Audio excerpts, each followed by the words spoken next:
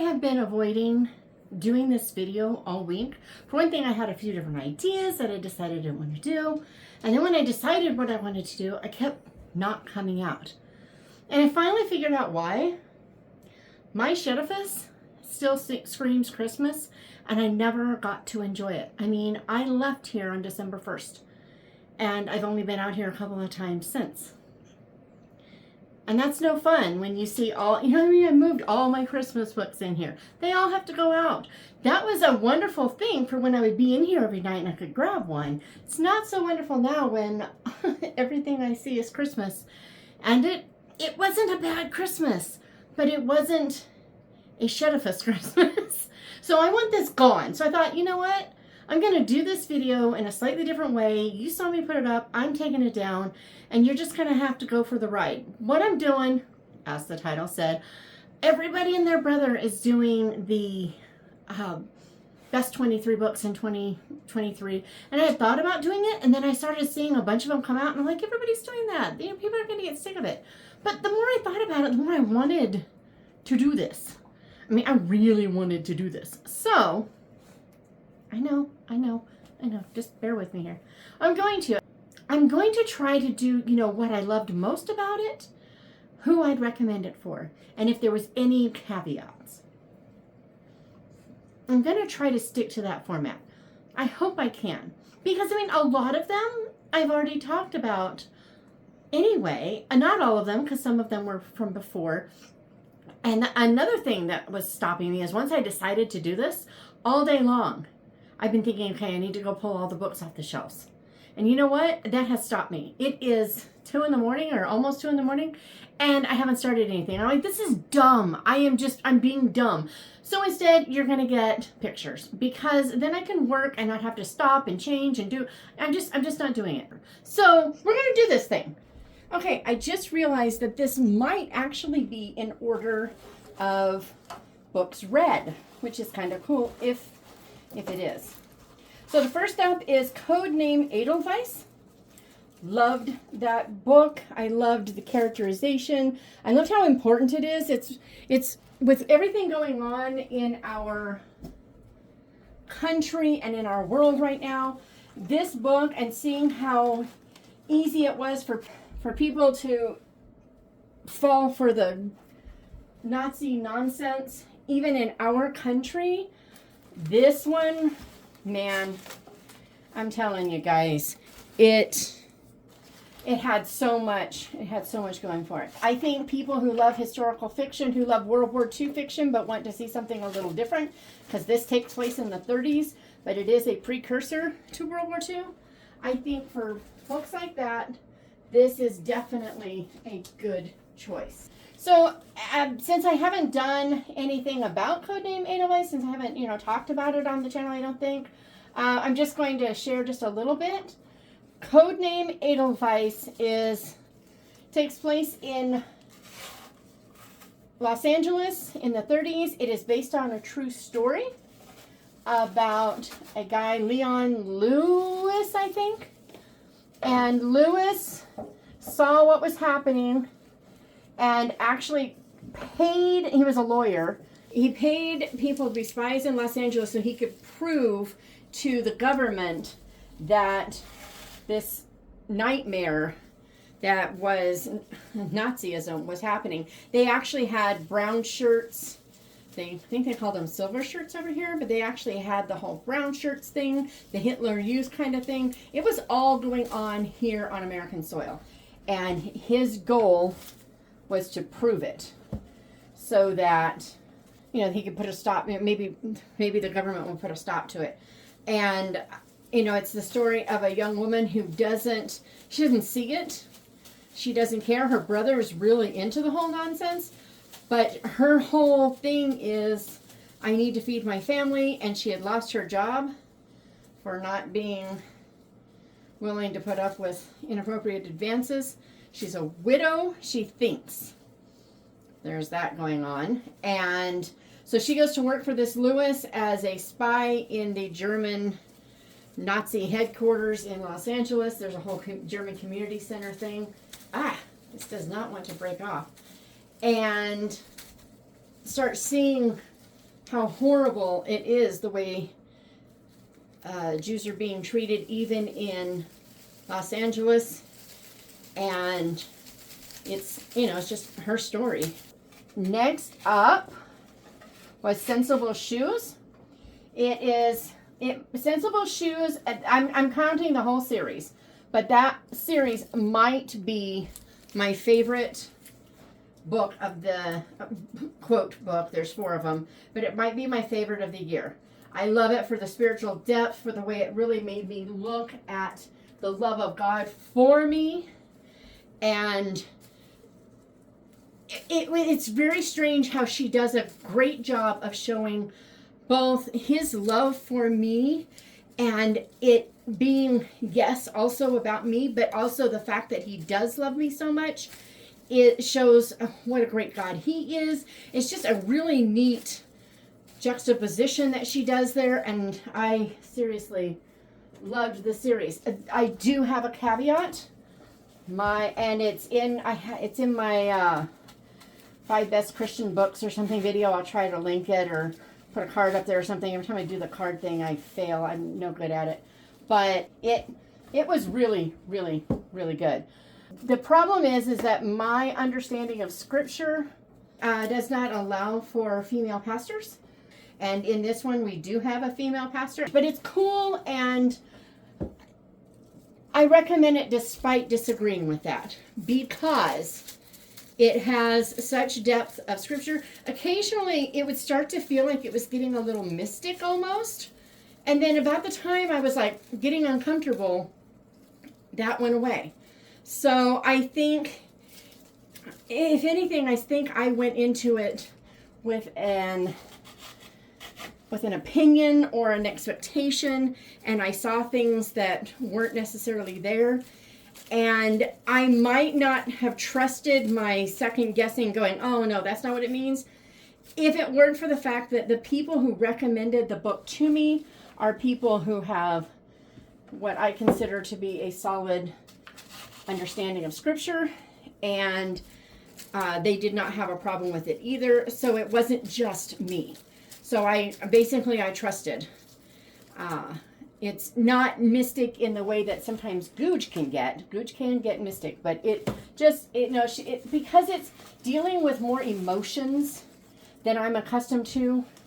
My faith, it's not that it's an emotionless faith, but it isn't strongly dependent upon emotion. It's more rooted in fact. And I'm not saying that I'm right or wrong with that, because God created both, but it's just how it is. So I just really loved the book and the whole series. And it was really interesting. There are 4 women. They are 4 completely different women with completely different personalities. And I felt like I saw myself in all of them. And that was so fascinating.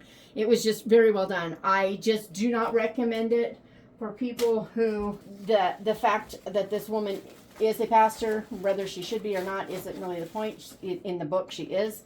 If that's going to bother you, you should know it. So there was that one. I don't know. I think it's going to need some work. It's got a bare spot there. Just not. It's very leggy, but I'm kind of liking it now. So we're going to call it good for now. Anyway, next up, I discovered the Lord Edgington Investigates series by Benedict Brown. I don't remember if I read the first one at the end of 2022 or if I read the first one at the beginning of 2023. I don't know. I've read 8 of them so far. Loved them so much. They're so good. These, I've talked about them a lot, so I'm not going to talk about them too much right now, but these are the detective that it's a young man and his grandfather. It's all from the young man's perspective, and they're a whole lot of fun. And the Lord Edgington is, you know, it's one of those things where he's almost a Superman character where he's a little bit too powerful, if you will. But because he was ex-Scotland Yard, he's not an amateur. And if anything, I think he pretends to be more, can't think of the word I'm looking for, but whatever that word is, he tends to be more of it, you know, like he knows more than he really does. And I think he does it to spur his grandson on to trying to understand and consider and, you know, all those things more, so that he'll basically work harder at figuring things out. I think it's a challenge, and that's, you guys know, and that's why it works that way. Hey, stop growling at each other. I'm not in the mood. So there's that. And then, so anyway, I read, again, I apologize for the heater sounds, but it is like 20 degrees out there, or wind chill, it's 20. It's raining, so it's not that cold, but it feels that cold, they claim. And yeah, it's cold. So just pretend it's cozy. Whoever said that, thank you. Makes me feel a little bit better. And we're going to put these up now. Okay. Okay. Next up was, it was Storming by K.M. Weiland. And I am kicking myself for not having read this book sooner. I am definitely going to buy more books by Weiland, because this book was awesome. It was truly, truly awesome. So it's about a barnstorming pilot, and then there's this Zeppelin that shows up out of nowhere, and it's kind of wreaking havoc. Not havoc, but havoc. And anyway, and so it's just the story of how they try to defeat the people who are involved with this Zeppelin and where they're from and all the stuff in this. But it starts off with this guy is practicing his rounds for this, just, you know, it's kind of a show that they're doing. And he's practicing, and out of the blue, a woman in a ball gown falls out of the sky. And that's how the story starts. There, if I recall, there was no language. If there was, it was once. I think she made up her own curse words, if you will, for the story. And if you're going to have them in there, that's how I want to see it done. So that was nice. But it was just, the characterization was great. The tension was great. It was just so much fun to read this thing. So K.M. Weiland is definitely someone to try. If you don't enjoy fantasy, if you don't enjoy, there's not a lot of technical detail, but there is some. If you don't enjoy feuds and that kind of thing, then you won't enjoy it. But it's an exciting read, and it was a whole lot of fun. And then next up is one of my top ones of the year for sure, was The Body They May Kill by Audrey Stahlsmith. And it's a mystery. This guy is killed. The cast of characters is pretty interesting, and definitely there's a lot of strong faith elements. I marked that book up quite a bit. I can't think of a single caveat unless you just don't like murder mysteries. It's definitely not recommended for someone who doesn't like murder mysteries. But yeah, so there was that one. And then The Lost Melody by Joanna Davidson Napolitano. Okay, guys. This book was amazing. I absolutely loved it. I could totally recommend it to anyone, except if you don't handle creep well. If you can't read Jamie Jo Wright, maybe not this one either. It's not gory, but she had me doubting my own sanity as I was reading it. But anyway, I did kind of feel like I was losing a little bit of my sanity. It's some seriously good writing, but it is some difficult writing as well, just because of that. But isn't he cute? Can you see? I don't know if you can even see him with all that behind there, but yeah. So, if you don't know, the book is about a young woman who goes to work at an insane asylum to try to learn some information, and gets trapped there as a patient/inmate. I'm sorry, but they treated them like prisoners, so definitely inmate. And then when she gets trapped there, obviously nobody believes that she is this famous concert pianist that she is, and the people that she trusts aren't trustworthy, and the people that she doesn't trust are also not trustworthy, and so then she doesn't know who she can trust anymore, and it just all kind of goes from there. Okay, next up was Keeper of the Bees. This is a beautiful story about a World War I veteran who discovers they're going to send him to basically a place where he can't get away from it. He will be ill, he will get sick, he will die, and because they haven't helped him fast enough. So this guy, he's determined that he's not going to die that way. So he runs away from where he was being kept at this hospital. And actually, he wasn't at a sanatorium. He was at a hospital. They're going to send him. They're going to send him to a sanatorium. But anyway, so let's take this down. He runs away, and he gets found when he actually helps a man who has a heart attack, and the man tells him to take care of his bees for him. He doesn't know anything about bees, but there's a child nearby who does know all about the bees, and he says that this child will help him. And it's all about his personal growth and everything that comes when he begins taking care of these bees and trying to get himself healthy, and he meets someone. It's just a beautiful story of a man who's trying to be a good man because it's the right thing to do, and in the process he learns a true faith in God instead of just his parents' faith. I think his father may have been a minister, but don't quote me on that. And so it's just, again, beautiful, beautiful story. I loved it.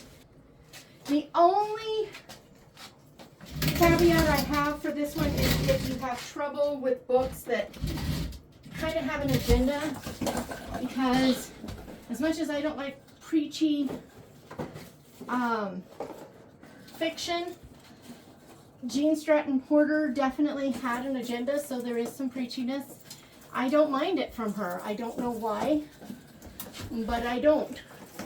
And so, for what it's worth, yikes, there's that.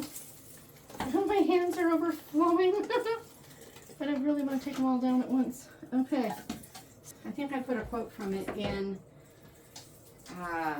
Clock Tower Bound. There's a lot of Porter quotes, and so, you know, for what it's worth. All right, what's next? Try to look at my list, because I don't know. Okay, Garden at the Edge of Beyond. That's in a video somewhere. It's basically a fantasy devotional where Michael Phillips uses gardens because they're very important to him personally. But he uses gardens to illustrate lessons and all that good stuff. So there's that. Let's see. See what I mean? This is, I don't know if you can see this, but this over here, it's just a total disaster movie. And I can't take it. So we're de-disastering. All right, little fella.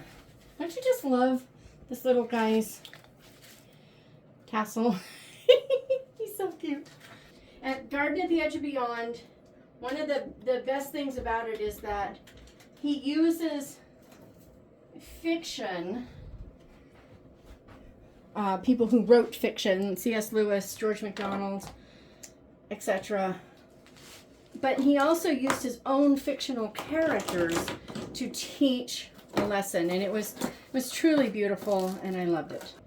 You know, even one of his own characters meets him in this garden to teach him stuff, and it was just a beautiful picture. Especially as an author, I understand, you know, how very real the characters can become, and how I learn from these characters who aren't real.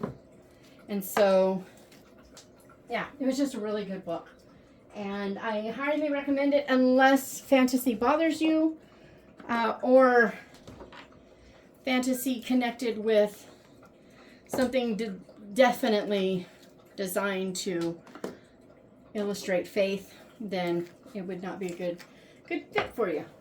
All right, next up, I chose Celia's House by D.E. Stevenson.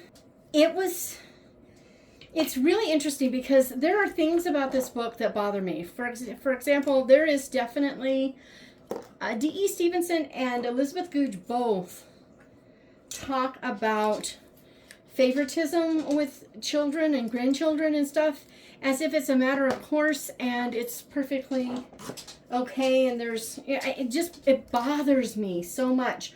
But on the other hand, I love the fact that they both address it, and they do show the pitfalls to having those favorites and to affected by those favorites, etc., you know, by having favorites and whatnot. So as much as I don't like that it's a thing, so seeing that it was really hard on the one hand, but on the other hand it's real, and she did it very well. So Celia's House tells the story of who this woman decides to leave her house to upon her death, and it's a highly unexpected, but it's just a beautiful story. It has the same feel that you get from like the Four Graces and Miss Bunkle's book, with a strong emphasis on this house. Okay. Next up, Saving Grayson by Chris Fabry. This one was just super, super good, and I loved it. I'm going to turn on my little light there. Why not? And I didn't want it to end, because with a book about someone with Alzheimer's, the end is never going to be good. It can't be good. And that's heartbreaking. So there's that. Aren't they pretty? My granddaughter made me pine cones. They're so pretty. I love these two, especially with the little knobbies in them that kind of gives them texture. Anyway, she made me a set of those. So anyway, Saving Grayson is the story of a man with Alzheimer's who keeps seeing the same thing happening over and over, and he's convinced that someone is hurting some woman on a bridge back home. So he is going on a road trip. He's going to make it happen, and his wife can't stop him. So she hires, isn't he cute? My son got me this little guy. He's so cute. So she hires a guy to go with him, and that guy has to deal with all his shenanigans. He flip-flops between being gracious to this guy and, you know, considering him a great friend, and also seeing him as like the enemy. He grew up in, I think it was the 60s, maybe the late 50s, in West Virginia, and the latent racism that he was brought up with comes back, and so this man that is driving with him is black, and he gets treated terribly sometimes, and other times they have really good conversations and, you know, discussing both sides of an issue. And he really did a good job of He did a really good job of showing both sides of racial understandings or expectations that may or may not be. This is probably my all-time favorite Christmas ornament ever. I love it. I used to make a ton of these. Mine were 3D. These were each layers. But isn't it cute? I love it. But really did a great job. Love the book. And my only caveat for that, for that one would be if you are having to deal with family members who are victims, I'm going to call them victims because it takes over and you have no choice, of Alzheimer's or other dementia, it's going to be hard. It's going to be really hard. Nothing Else But Miracles by Kate Albus. I had to stop because I've got most of the stuff picked up. That flower arrangement is still causing me trouble. I'll have to figure that out later.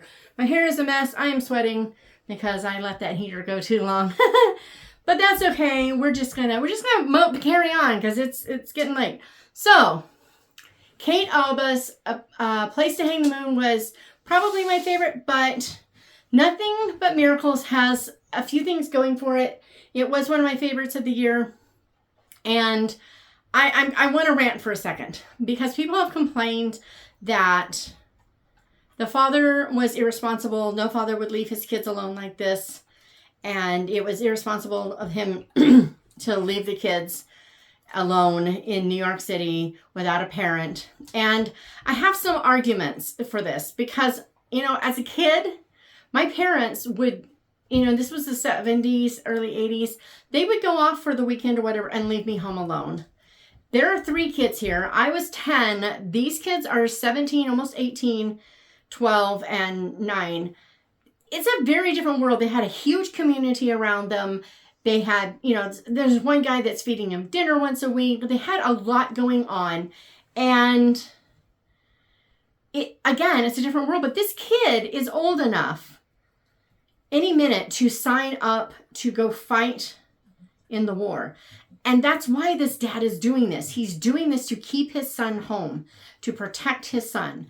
And he knows his son can take care of these children who, this is the 40s. These kids, it's really strange. They were much more childlike in some ways and much more responsible in others than kids today. So because of that, the arguments, I understand where they came from, but I disagree with them. And I had to say something because, yeah. So if that kind of thing is going to bother you, then you may not enjoy it. But there's like this little mystery and they find this building and there's all kinds of cool stuff going on in the book. Loved it. But if you expect people to behave then as they would now, then you might not enjoy it. All right. Room for Hope by Kim Vogel-Sawyer. This one is a 1930s. Woman runs a mercantile with her husband. He's gone for a month at a time while, and then he's home for a month and he's gone for a month to get supplies for the store, etc. And all of a sudden he doesn't come back and he's a few days late. And then a sheriff from another town shows up with 3 children in tow. He thinks she is her husband's sister, and these are her husband's children. Her husband and his wife died. Yeah. And it's just the whole story of this woman learning to handle the news, learning to, go through all that you go through with grief anyway. But then on top of it, you've got these reminders of your husband's betrayal. And on top of that, you have a town that is judging you. And it's a beautiful, beautiful story. And I loved it. Okay. The only thing I could argue with is if knowing that infidelity happens, you never see anything. But if just knowing that it happened in a marriage is a problem for you, then you won't enjoy it. The Unlikely Yarn of the Dragon Lady. This book was phenomenal. Just the power of prayer and, following leadership that you disagree with when it's not wrong to follow it. Your attitude when you do follow it. There's so many things at learning to love what feels like the unlovely and discovering that maybe you're the unlovely. lots of great things. There was one problem I had with this book. It almost knocked a star off for me. I really have problems when I read fiction and God speaks to someone either audibly or even in their heart, something very specific that isn't in the word.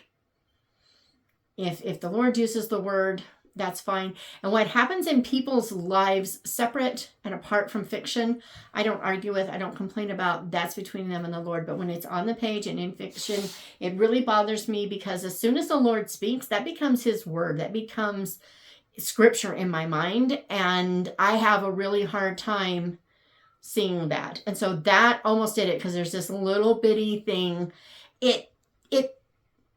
It does line up with scripture. You could see it, but it was a little too close to too personal.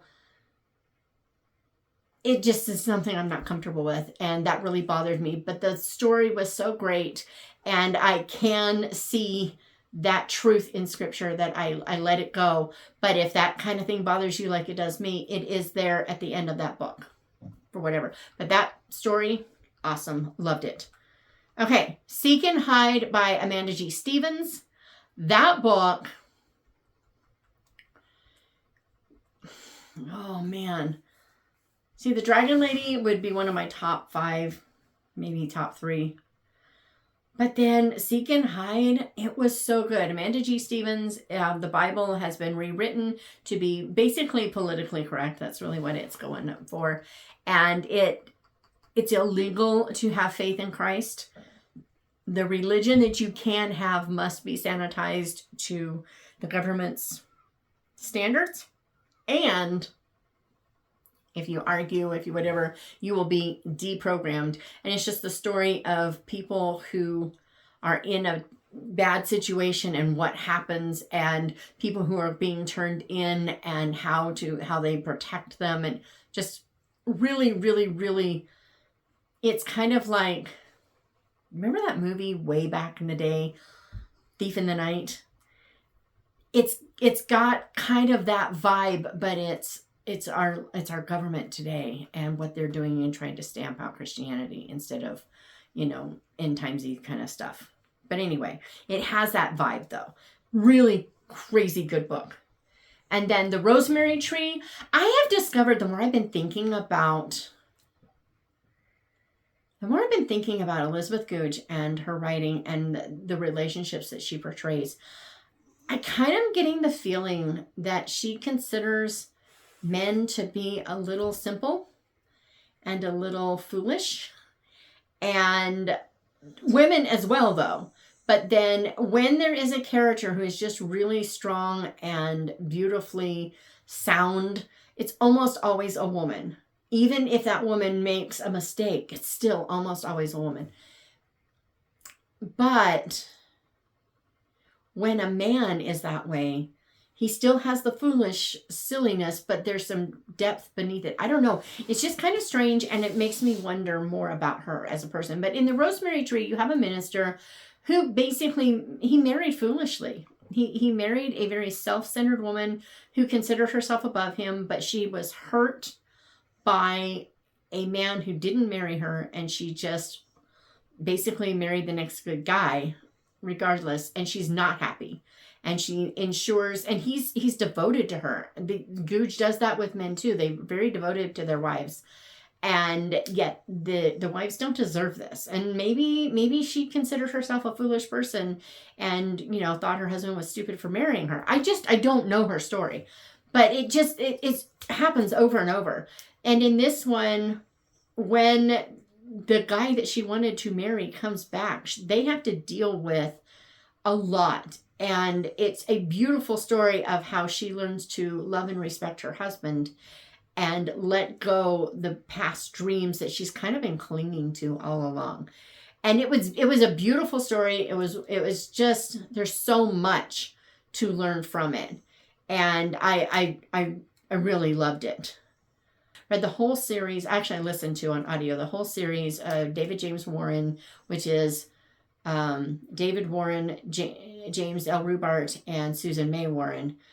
They all combine to write The True Lies of Rembrandt Stone. It's a time travel-y kind of thing. Every time he goes back with his watch, he goes back to fix something, he messes something else up, and it's a nightmare of problems. And this man is so angry. Rembrandt Stone, he's so angry throughout the whole story. And then you just watching him, it's not Christian fiction, but it is fiction that has strong Christian undertones and underthemes, and you see it play out. And there are a few faith elements in there, but it is not marketed as Christian fiction.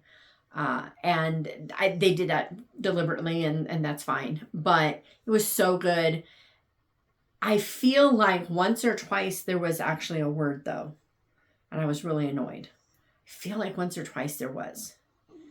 It was never gratuitous in the, just using it like a comma, but it wasn't necessary. Nothing horrible, but on the other hand, aren't they all? So anyway, but I really loved it. If you don't like time travel, if you don't like people making really stupid decisions, then you won't enjoy it. But I really loved seeing the results of your actions and how a decision you've made here, how that will play out later. So there was that.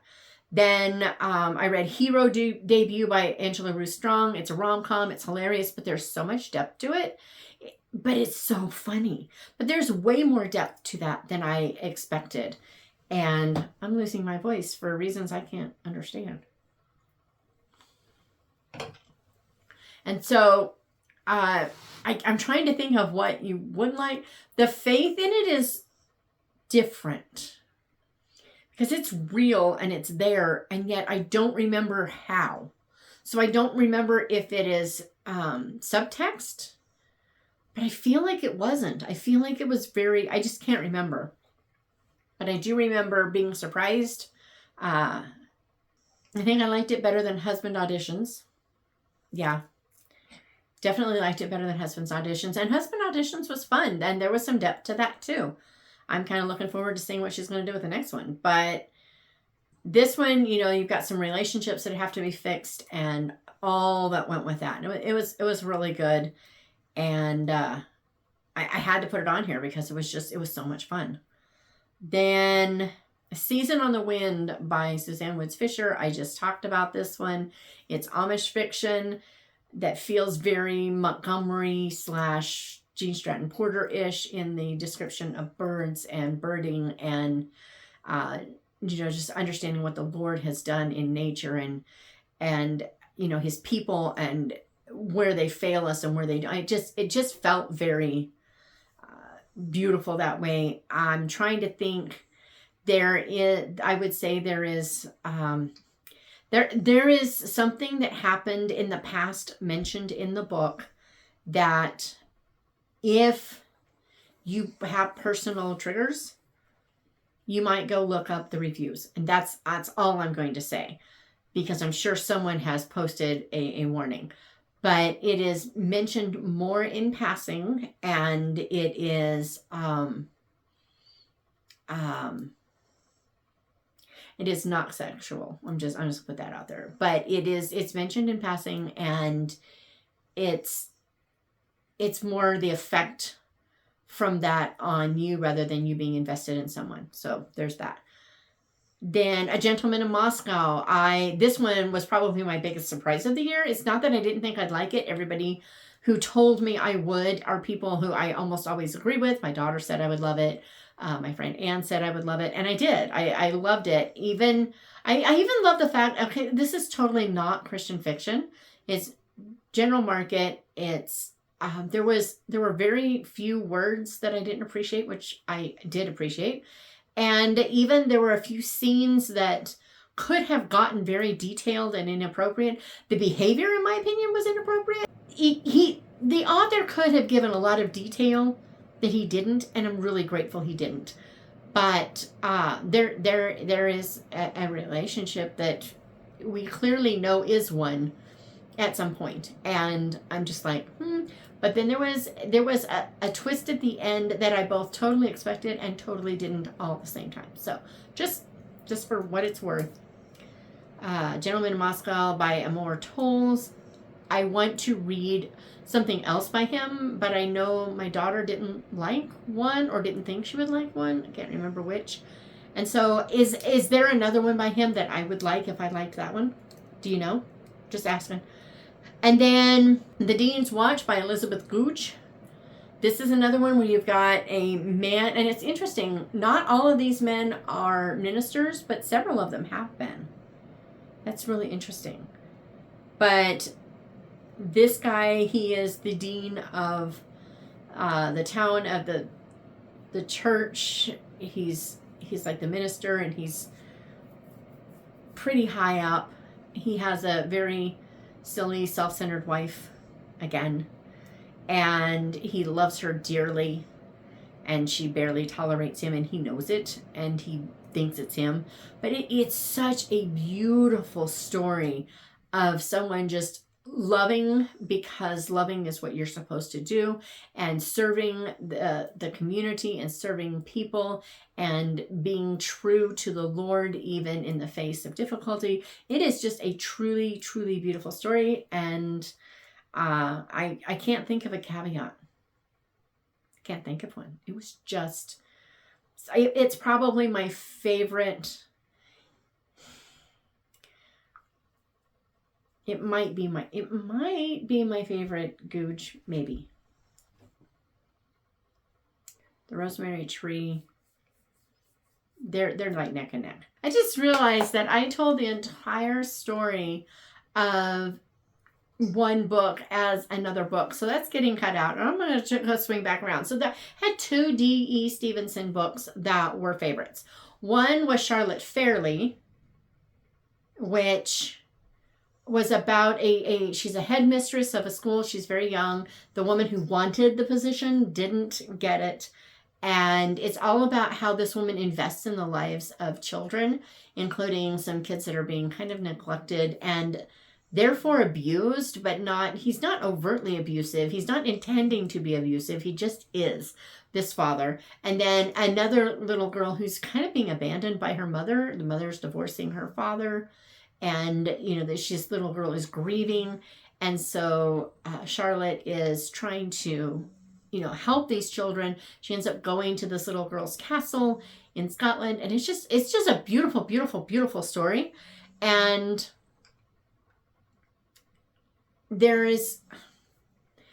I have to say, I got to be really careful because I don't want to give anything away. But there is something in it that was tragic near the end, and it broke my heart, and it should. But it might bother some people, but it should. And yet it's not tragic in a fatal way. It's tragic in what prompted something to happen. I'm just gonna put it that way. And then, but there is one thing in there that some people might have a problem with, and that would be she buys this little Buddha statue in like a curiosity shop, and someone decides that it was probably worth a lot more money than she paid for it. So she tries to go back and find the shop, and she can't find it again. And it feels a little almost mystical, but not quite. But it's not a big focus on it. And I'm not quite sure why it's even in there. But on the other hand, how we all have those moments where these odd things happen, we can't figure out what it is. So she really likes this little thing. She thinks it's cute. And I'm just like, whatever. But it is in there if that will bother you. And I feel like there was something else that was just coming to mind, and it's gone. Yep. Over the weekend. Don't know. So there's that one. But also, I know what it was. I still remembered. If you liked Miss Bunkle's book or The Four Graces, it has a strong feel of both of those. So there's that. Then, similar to Celia's House, there's Amberwell. And it is about a house and the family in that house. There are books that follow it, which I discovered there are books. There's a book, The Listening Valley, that follows Celia's House. I just talked about that. But in Amberwell, it is about this house, and it's about the children in this house The mother feels a little Googe-ish to me in that she's kind of silly, in my opinion, and a little self-centered, which is kind of common, but actually both of the parents really are. But the children, it's really neat to watch how the children grow and who they grow into and why they become who they become and everything that goes with it. There's an aunt that gets involved and they create some family drama, and it's just a really, really wonderful story. And yet it's wonderful in the way that like Rilla of Ingleside is wonderful. When it starts out, I hated Rilla. I thought she was just the biggest brat, but she grows into her own and she becomes such a neat person. And the same kind of thing happens with some of these characters, and it was beautiful. So there's that. And then finally, okay, it's What I Would Tell You by Liz Tolsma. It's World War II in Greece, and it is the story of a Jewish woman in Greece during that time and everything that she goes through. It's dual timeline, so it's also this young woman gets her DNA test back and she discovers that the cousin that took it with her, they're not related, and she is Sephardic Jewish. And it's all about, it's a hard story. The Greek World War II experience was horrific. People were starving in Athens. So many people died of starvation. It was a terrible time. So it's a hard story. Tolsma, it's really cool how she manages not to pull back too much, but not to give too much at the same time. She just did a great job. And I loved it, and there's a new one coming out, and I expect to love it just as much. I pray I'm right, but I'm pretty sure I'm gonna love it. This one, Tolstoy has this habit of having these undying love protestations that are really gushy, and they're just not me, and they always don't. They never ring true to me. They always feel just very. Just I don't know how to explain it, but they don't feel real. They feel like the old silent movies looked, where they're just over the top. That's how these feel when Liz Tolsma does this. And in this book, it just didn't happen much, and it was so nice. I liked it. I have noticed her like shifting away from it some, and it might just be because I complain about it too much, and she's tired of hearing me. I don't know, Liz. You got something to tell me? But it could be. So those, I'm just going to read through them real quick. Those were my 23 favorite books of 2023. And my shed-i-ffice has mostly been Christmased, mostly. I've got to get the books out, and my trees are here. But the box that the trees are supposed to go in, we're sitting outside waiting for me to come in. And guess what? It rained on it, so it's got to dry out first. So sad. But anyway, but it's so much better. I mean, the room is still a mess, but it's an easier to fix mess now. So I'm really happy. All right. Real quick, Codename Edelweiss by Stephanie Lansom. I don't think I said her name before. Sensible Shoes series by Sharon Garlow Brown. Lord Edgington Investigates by Benedict Brown. Interesting, a couple Browns. Amberwell by D.E. Stevenson. Storming by K.M. Weiland. The Body They May Kill by Audrey Stallsmith. The Lost Melody by Joanna Davidson Politano. Keeper of the Beast by Jean Stratton Porter. Garden at the Edge of Beyond by Michael Phillips. Celia's House by D.E. Stevenson. Oh, a lot of D.E. Stevenson on here. Huh. Saving Grayson by Chris Fabry. Nothing Else But Miracles by Kate Albus. A Room for Hope by Kim Vogel Sawyer. The Unlikely Yarn of the Dragon Lady by somebody or another Mondragon. I can't remember her name. Seek and Hide by Amanda G. Stevens. The Rosemary Tree by Elizabeth Googe. True Lies of Rembrandt Stone by David James Warren. A Hero Debut by Angela Ruth Strong. A Season on the Wind by Suzanne Woods Fisher. A Gentleman in Moscow by Emma Tolles. The Dean's Watch by Elizabeth Googe. Charlotte Fairley by D.E. Stevenson. And What I Would Tell You by Liz Tolsma. And of those, I'm going to stick with Sensible Shoes if I have to pick an absolute favorite. But Dean's Watch would be a pretty close second, as would Saving Grayson and Codename Edelweiss. Maybe the Rosemary Tree. I don't know. So there we did it. And my room looks better. And I will see you on Thursday with probably, we're going to talk reading journals, Goodreads, and page flags. I think. See you later.